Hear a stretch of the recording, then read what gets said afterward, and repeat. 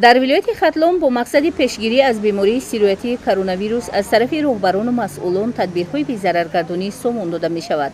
در این زمینه ستاد دائمی عمل کننده تأسیس داده شده فعالیتشان را در سمت بی‌ضررگردانی کوچه‌های مرکزی، شهرهای نقلیاتگرد، کارخانه و مؤسسه ها پرزور نمودند.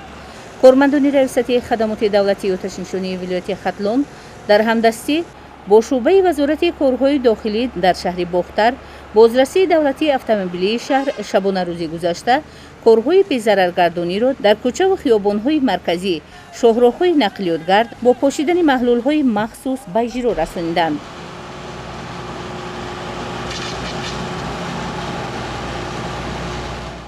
با استفاده از 2 عدد نقلیات سوختار خاموش‌کنی قسم مستقل 21 حربی کننده شده خدمات دولتی آتش‌نشانی عاید به محافظت شهر بختر، شهرهای نقلیاتگرد کوچه‌های بوربد، وحدت، خطلون مرکزی ولایت بی‌ضررگردانیده شدند.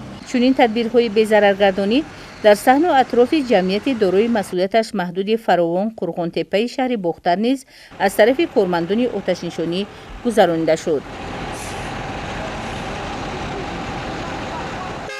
جریان بی‌ضررگردانی از طرف رهبری ریاست خدمات دولتی آتش‌نشانی ولایت خطلون تحت نظارت قرار داشت.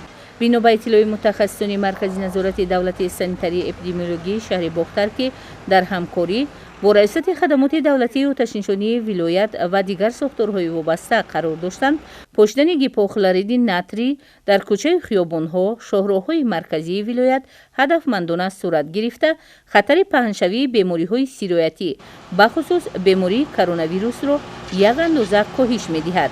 با وجود تدبیراندیشی‌ها تاکید می‌رود که در پیشگیری این بیماری باید همه ساکنان با مسئولیتانه رفتار نمایند.